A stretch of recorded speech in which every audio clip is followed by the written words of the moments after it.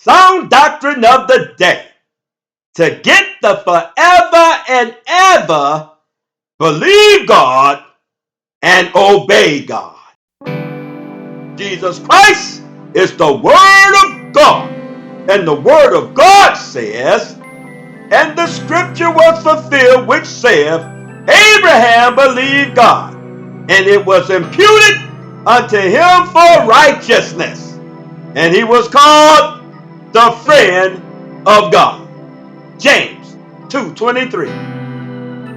Jesus Christ is the Word of God, and the Word of God says, and in thy seed shall all the nations of the earth be blessed, because thou hast obeyed my voice.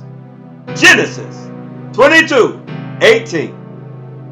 Therefore, when we obey the God of Abraham, Isaac, and Jacob, whose name is Jesus Christ, then that is counted to us as righteousness. But we are not in heaven yet. But when we obey the Lord Jesus, then we receive eternal salvation. Romans 4:3, 20 through 25. Revelation 3:5. Revelation 21:7. Hebrews 5:9. Repent and believe the gospel. Amen and amen.